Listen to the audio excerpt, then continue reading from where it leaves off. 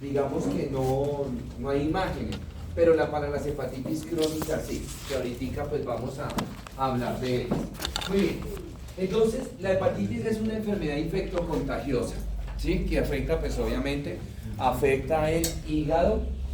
Existe, como vamos a hablar ahorita, varios tipos de hepatitis. Está la hepatitis infecciosa, que es la hepatitis epidémica, que es la que da por temporadas, ¿cierto?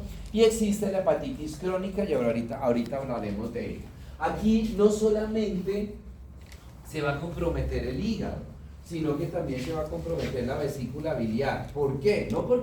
No por el hecho que debajo del hígado está la vesícula biliar y se compromete, no, sino porque acuérdense que la función del hígado es producir la bilis y la función de la vesícula biliar es almacenar la bilis, ¿cierto? Entonces, en la medida que se afecte por la inflamación del hígado, se afecte esa producción, pues el almacenamiento también se va a ver afectado. Bueno, muy bien. Existen varios tipos de hepatitis. Tenemos la hepatitis A, que es la que yo les decía que es la hepatitis infecciosa. Es la que tradicionalmente, entre comillas, coloco la palabra tradicional, es la que comúnmente nos afecta, ¿sí? Y tenemos las hepatitis B, C, D y E, que son las denominadas hepatitis crónicas, ¿sí?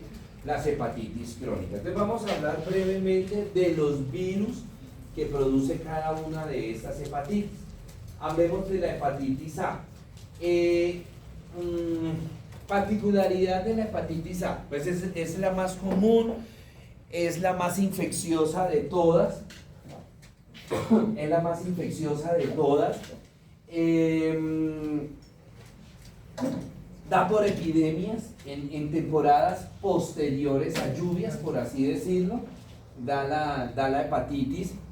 Se transmite principalmente por vía orofecal y por vía parenteral. Esa vía orofecal es la denominada ano, mano, boca, ¿sí? En donde, por ejemplo, en la parte escolar afecta mucho. ¿Por qué? Porque de pronto los niños van al baño, hacen sus necesidades, defecan, no se lavan las manos y comparten la comida. Entonces, de esa manera se puede hacer una transmisión por vía orofecal. Y por esta razón, pues afecta principalmente a los niños, ¿sí? Afecta a los niños preescolares, los niños de primaria, por así decirlo. Bueno, el virus de la hepatitis A es resistente al calor de tal manera que no se puede inactivar, y esto lo hablo es más, no por nosotros, ¿sí? Sino que lo hablo más es por descontaminar salas de cirugía, descontaminar salas de radioterapia, de imágenes, cualquier imagen, no se puede con calor. ¿Por qué? Porque el virus es resistente al calor y es resistente a los desinfectantes comunes, o sea que no se puede echar decol, o sea, se le puede echar limpiar con decol, pero no se va a inactivar el virus. Se desinfecta para otras cosas, mas no para el virus. ¿Cómo se inactiva el virus? Con calentamiento a una temperatura de 60 grados por una hora. De esa manera sí se puede inactivar el virus, ¿correcto? El virus pertenece a la familia Picornaviridae, es un virus RNA y que tiene un periodo de incubación la enfermedad de 15 a 45 días. Hay que tener en cuenta ese periodo de incubación, ¿no? Bueno, ¿cómo se puede encontrar la enfermedad? Ya les decía, por ejemplo, compartir alimentos, ¿sí? Compartir alimentos, que el lavado de las manos, principalmente compartir los cubiertos a través de salida, que los besos. Es poco frecuente que de repente a través del tos o del estornudo, ¿no? Pero de todas maneras, porque a través de los flush, o sea, a través de las goticas de saliva que uno expele cuando está hablando, cuando está tosiendo, cuando está estornudando, puede ir una carga viral, ¿sí? Obviamente lo va a haber. El problema es que la carga viral que va a ir en los flush, en las goticas, no es tan alta como para que genere la enfermedad. Bueno, muy bien. En cuanto al virus de la hepatitis B, a partir de ahora hablamos de las hepatitis crónicas.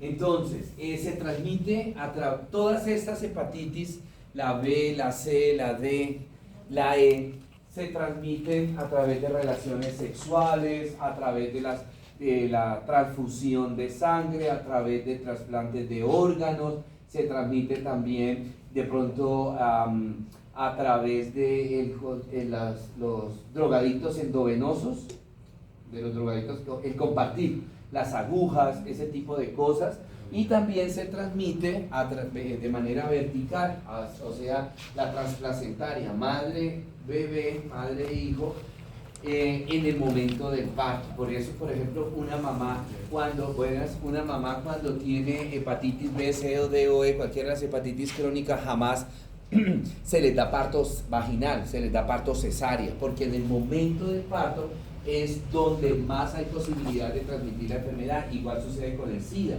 ¿sí? Bueno, el virus de la hepatitis B pertenece a la familia Hepatnaviridae. Es un virus bastante complejo en su forma, tiene 3 capas, ¿sí? La primera capa, por ejemplo, en este caso que ven ustedes, la que está en color amarillo, es la capa de las glucoproteínas, tiene una serie de proyecciones muy parecidas. El virus de las hepatitis crónicas, especialmente el virus de la hepatitis B, morfológicamente es muy parecido al virus del VIH-Sida, ¿sí? Tienen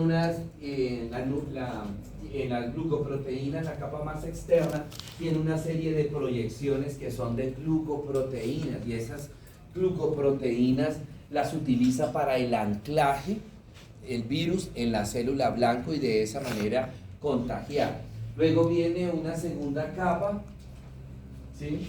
Y finalmente viene la capa interna, que es la denominada virión. Ahí es donde está el DNA, ahí es donde está el RNA, que es lo que es denominado virión o partícula RNA o partícula core. Muy bien.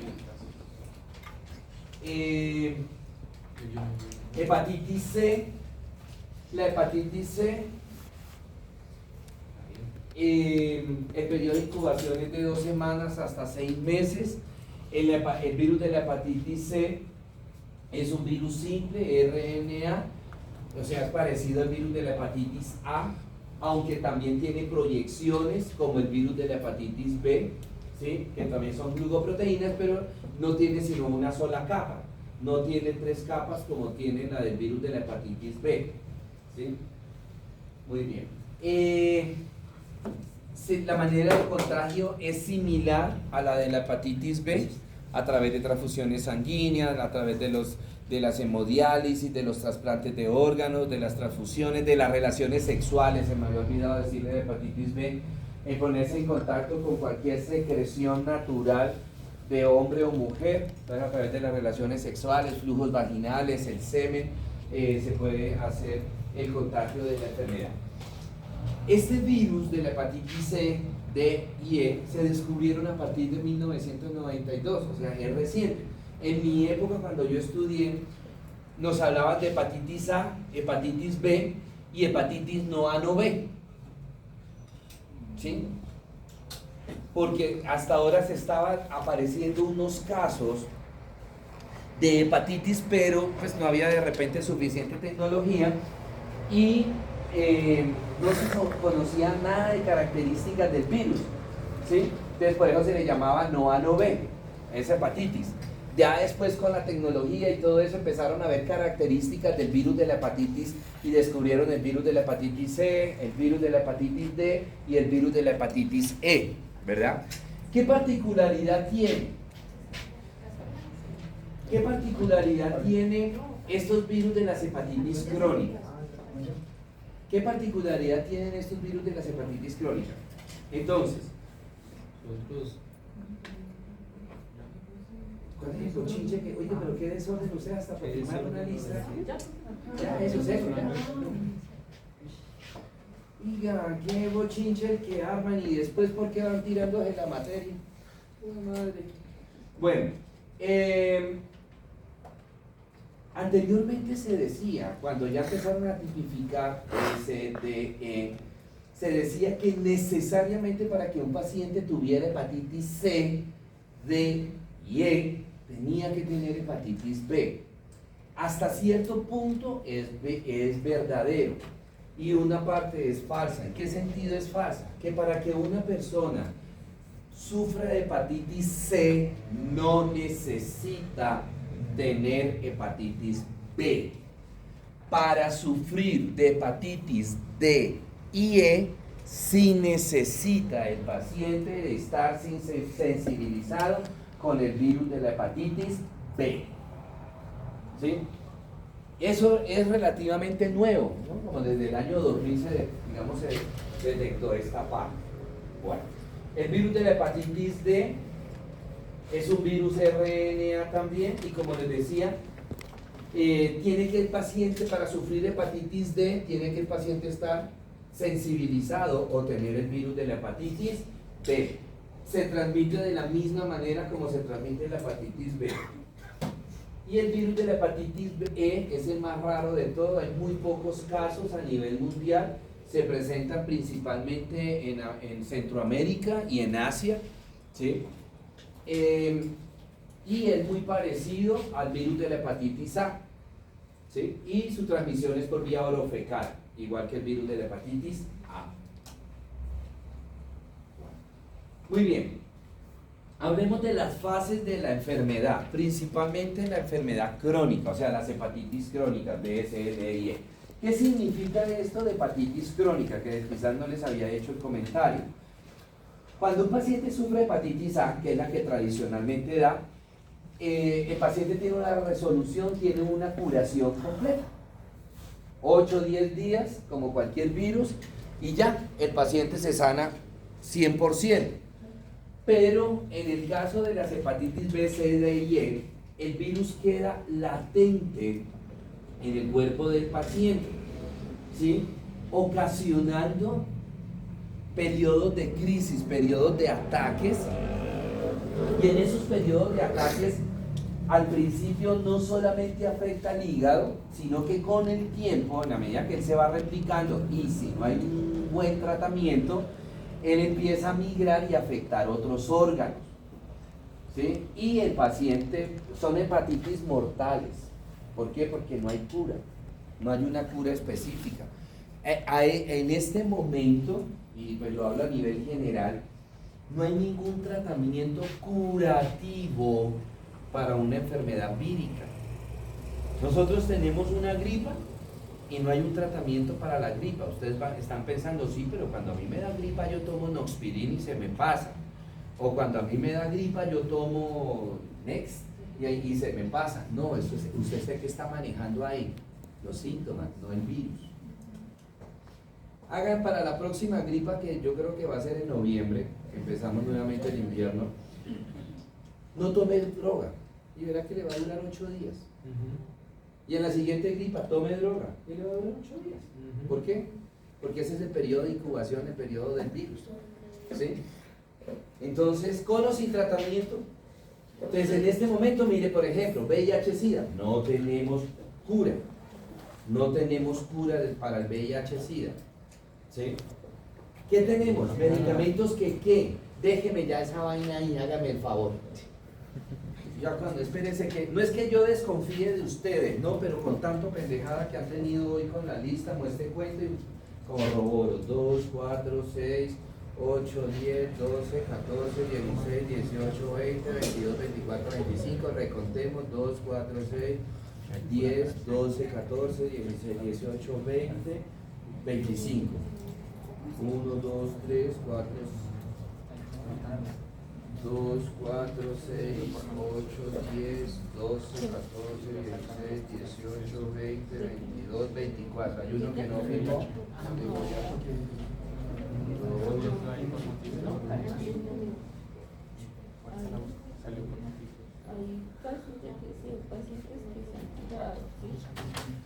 Bueno, entonces, para estos medicamentos, para estas hepatitis, luego se llaman crónicas porque no hay cura. No hay cura para estas enfermedades, ¿sí? que el tratamiento que se le da a un paciente, hablemos ya de hepatitis, el tratamiento que se le da para un paciente de hepatitis crónica es simplemente para disminuir la replicación del virus, frenar la multiplicación, replicación del virus y de esta manera frenar la migración del virus hacia otros órganos y evitar las complicaciones que a la postre es lo que mata al paciente. Como tal no es la hepatitis, ¿sí? Es la migración del virus hacia otros órganos, hacia riñón, hacia corazón, hacia cerebro, en fin. Y eso es lo que mata al paciente.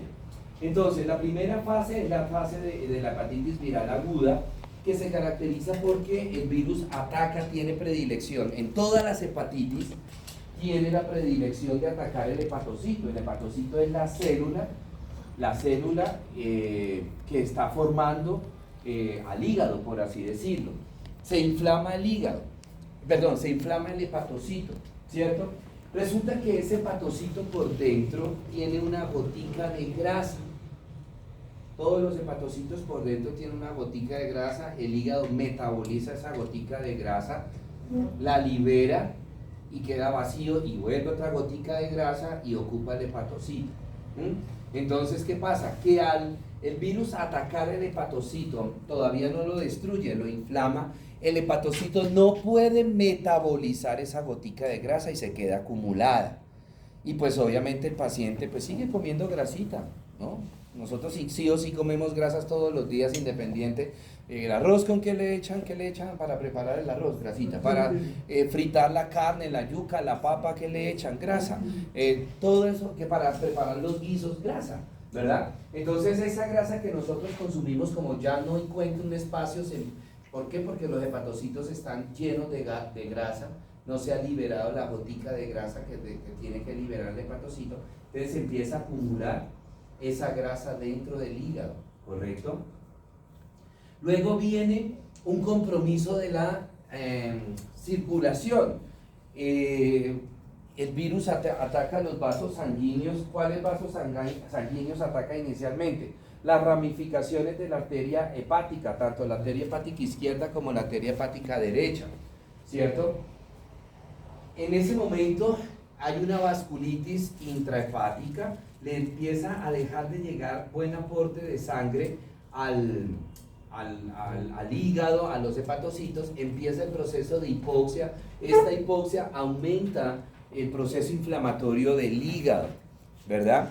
Y ya en la medida que va transcurriendo ese proceso de hipoxia, de isquemia, viene la necrosis, la destrucción de los hepatocitos, ¿cierto? En ese momento que el hepatocito comienza a inflamarse, o sea, la primera fase, el sistema inmunológico, como es un virus, envía la primera línea de defensa, que son los linfocitos, ¿cierto? Pero desafortunadamente los linfocitos no pueden mucho que hacer ahí porque no tienen defensas contra ese tipo de virus, ¿correcto?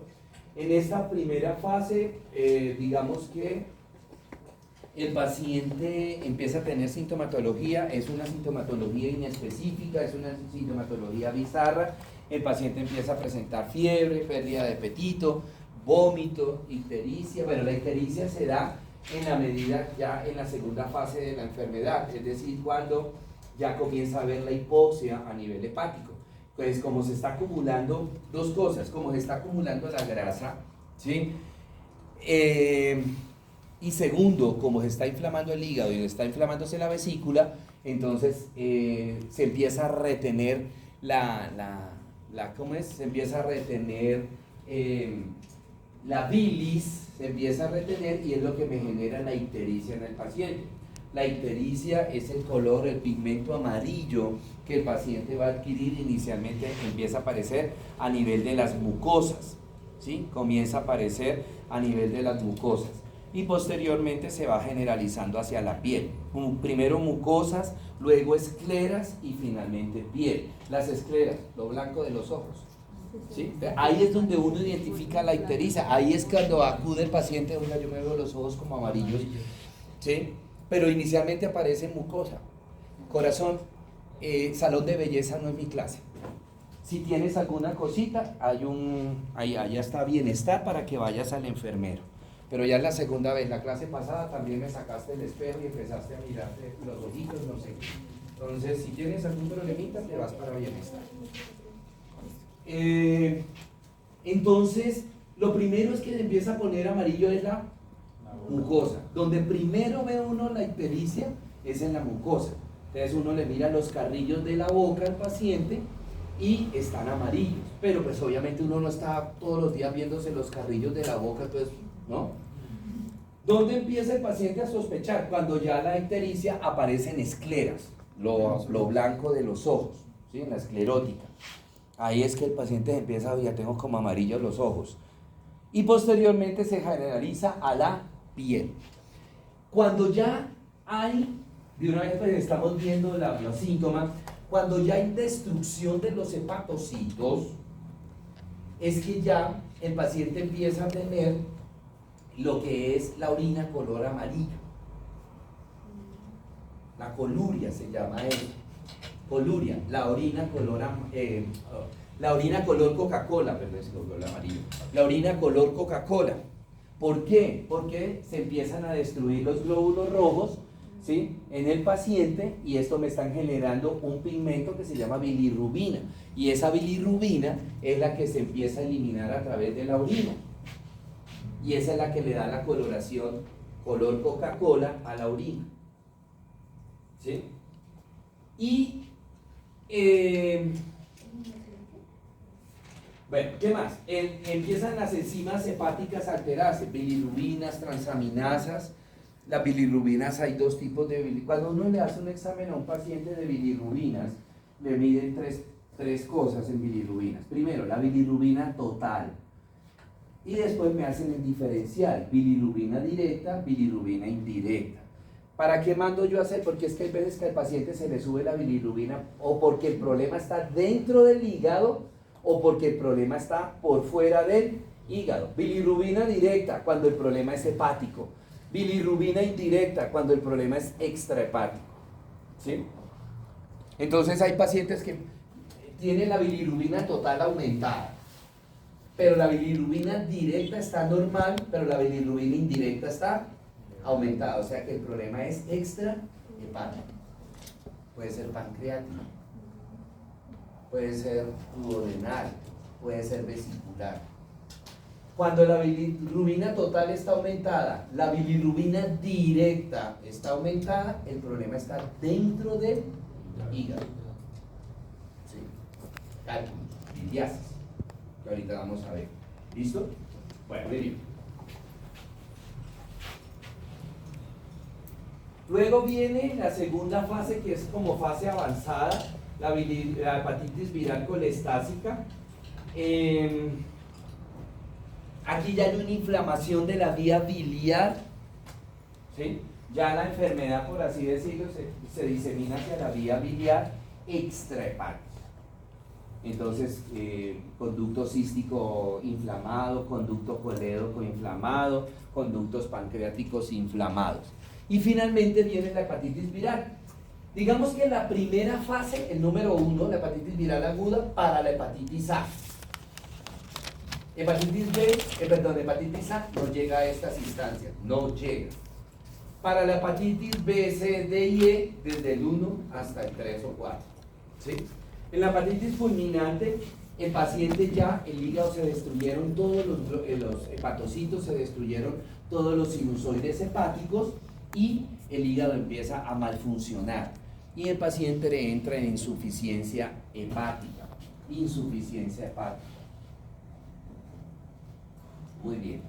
Profe, estos son los que le hacen CEPRES. Desde la 1, el CEPRE se le puede hacer, inclusive para cálculos, para litiasis se puede hacer el CEPRE, o se hace el CEPRE, ¿sí? Para determinar colelitiasis. Bueno, muy bien. Y la cuarta evolución es la hepatitis viral crónica. Es aquella en donde el paciente no se muere, en la 3 el paciente muere, en la 4 el paciente no se muere porque se le puso tratamiento, ¿sí? Se le puso antirretrovirales, ¿verdad? Se controlan los síntomas, se controla la replicación del virus, ¿verdad? Se controla la replicación del virus, pero el paciente persiste la enfermedad, no se curan nunca. Y el paciente puede diseminar la enfermedad. El paciente es portador sintomático. El paciente es portador sintomático. Es virulento positivo, o sea, que el paciente puede que diseminar la enfermedad a través de semen, a través de sangre, a través de, si es un drogadicto endovenoso, pues a compartir las agujas. Bueno, no, con cubiertos no. La A sí. Cubiertos, besos, bocados, la A. Pero de las crónicas a través de besos no. O compartir comidita y eso no. Pues al principio cuando salieron lo de las hepatitis B, en el 94 fue el boom de la hepatitis B, en el 92 SIDA, en el 94 hepatitis B. Se decía que SIDA también a través de besos, se decía que a través de compartir, usar los mismos cubiertos, inclusive había gente que le llegaba a uno, pues era en ese momento, no lo digo en el mal sentido de la palabra, era ignorancia, pero ¿por qué? Porque se desconocía la enfermedad, ¿no?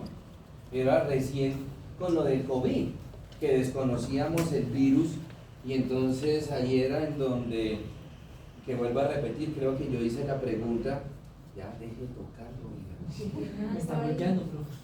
Hazle su calvazo. Entonces uno se respóndame, ¿por qué cuando al principio del COVID usted compró tanto papel higiénico? No señor, el COVID no daba diarrea. Usted salía con todo el pocotón de paquetes de papel higiénico, pero era ¿por qué? Por el desconocimiento de la enfermedad. Se acabó el papel. ¿Cómo? Tuvo una paciente cuando estuvo lo de la pandemia. Ella compró un papel higiénico, los hacía así en tiritas, en rollitos y tapaba los huequitos de la ventana. De pronto era para eso, para que no entrara el virus. Sí. No, pero mire que hubo sí, y eso sucede, y no nos reímos ahora porque ya conocemos la enfermedad. Ya en el D1 no hay papel. Sí, en el D1 no había papel higiénico. La vacuna era la que daba diarrea. En el D1 no había papel higiénico. ¿La qué? No, tampoco, la vacuna tampoco dio diarrea. Es que mire, lo de la vacuna dependía de la persona. ¿Por qué? Porque es que la constitución y el sistema inmunológico de nosotros es completamente diferente. ¿Sí? Si la persona de repente estaba con las defensas, no digo bajas, pero no tenía un buen sistema inmune en ese momento, le podía dar diarrea. Sí, fíjense que los efectos de la vacuna, les voy a contar y me perdona que les cuente la anécdota de mi mamá. Mi mamá la empezamos a vacunar con 89 años y tristemente una hermana de mi mamá murió por ignorancia de eso, una tía mía murió porque cuando empezaron las vacunas eso salía un pocotón de información errónea de las vacunas, que infartos, acuérdense que la hipercoagulabilidad que generaba, sí, algunos pacientes, o sea, mirábamos los 10 pacientes que murieron de hipercoagulabilidad posterior a la vacuna, que esta en la hora no se sabe si fue por la vacuna verdaderamente o si fue que ellos tenían la tendencia a una hipercoagulabilidad y la vacuna lo que hizo fue que acelerarles la hipercoagulabilidad. Miramos esos 10 casos de hipercoagulabilidad y no miramos los no sé cuántos millones de personas que ya estábamos vacunados con una primera dosis y no nos había dado hipercoagulabilidad. Siempre tenemos ese morbo de mirar en lo negativo, ¿sí? Y eso era lo que decían los laboratorios. Hombre, esto fue un hecho fortuito. Creo que los dos primeros casos de muerte de hipercoagulabilidad por la vacuna fue por Pfizer. Y decía Pfizer, pero miren que solamente fueron 2 personas y miren el cientos de personas que hemos vacunado y no les ha dado nada. Ahora, todas las vacunas generan efectos adversos. Los que somos padres de familias acá, cuando vacunamos a los niños, ¿no le da fiebre a los niños? Hasta ahora. Por eso les daba fiebre, hipersensibilidad en la... Acuérdense que a esa sí no la aplicaron a todos, la vacuna de la tuberculosis. La marca, que el hueco que se abría tan impresionante, y ahí todo el mundo Cayetano. ¿Sí? Entonces, ¿verdad? Entonces, por ignorancia, cuando lo de la hepatitis B salieron un pocotón de cosas y también con el SIDA, que fue lo primero que apareció en el 92, el SIDA, lo erróneo, ¿sí? Que por ejemplo en SIDA y hepatitis B le decían que había que aislar las personas, y de muchas personas que al principio estas personas sufrieron muchísima discriminación, inclusive muchas personas se mataron porque la familia lo echaba de la casa, porque tenían hepatitis B o porque tenían SIDA y que había que aislarlos. Entonces, ¿cómo voy a aislarlos? Usted váyase de la casa, los echaban. Es que decían que era por contacto. Que Sí, si por era eso, tocado por eso les digo que era por ignorancia, y no lo estoy hablando en el mal sentido de la palabra cuando uso la palabra ignorancia, ¿sí? Porque desconocíamos de la enfermedad. Cuando murió el primer paciente de SIDA, que ni siquiera se sabía que era SIDA, Gaetan Gugas, ¿sí? Se murió repentinamente, lo que causó curiosidad en él fue la manera como murió y empezaron a investigarlo y gracias a él fue que descubrieron el SIDA. Y posteriormente murió Rod Hudson, que era un actor de Hollywood, de la misma manera. Ella causó curiosidad y siguieron investigando. ¿Cómo sería la curiosidad que se acordaron que años atrás Gaetan Gugas no fue el primer paciente, no fue el paciente cero de SIDA? Primero fueron tres jóvenes norteamericanos que murieron, como fueron hechos aislados para todo el mundo, murieron de una enfermedad que en ese momento se llamaba la peste rosa, ¿sí? Que era por un virus, que fue una neumonía ocasionada por un virus que se llama Pneumocystis carini. Ese Pneumocystis carini a duras penas existía en los libros, ¿sí? Y se murieron, bueno, sí, se murieron. Miremos para atrás, ¿se han muerto otras personas de Pneumocystis carini? No. Miremos para adelante, ¿en el mundo hay otros pacientes con Pneumocystis carini? No. Bueno, de malas ellos tres. Ni siquiera asociaron que ellos eran que ellos eran drogadictos endovenosos. No asociaron eso. ¿Sí? Ya, se murieron. Y como a los 2 años, murió Gaetan Gugas. ¿Sí? Ahí sí causó curiosidad. ¿Por qué? Porque él no murió por neumonía como los otros tres. Él no murió por neumonía. Él murió por linfoma, Hodgkin. Creo que yo no. Sí, yo le mostré la foto cuando vimos linfomas. Pero ya se lo muestro nuevamente.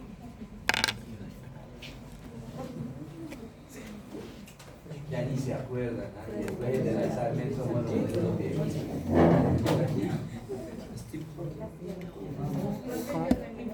Muy loco. Sí,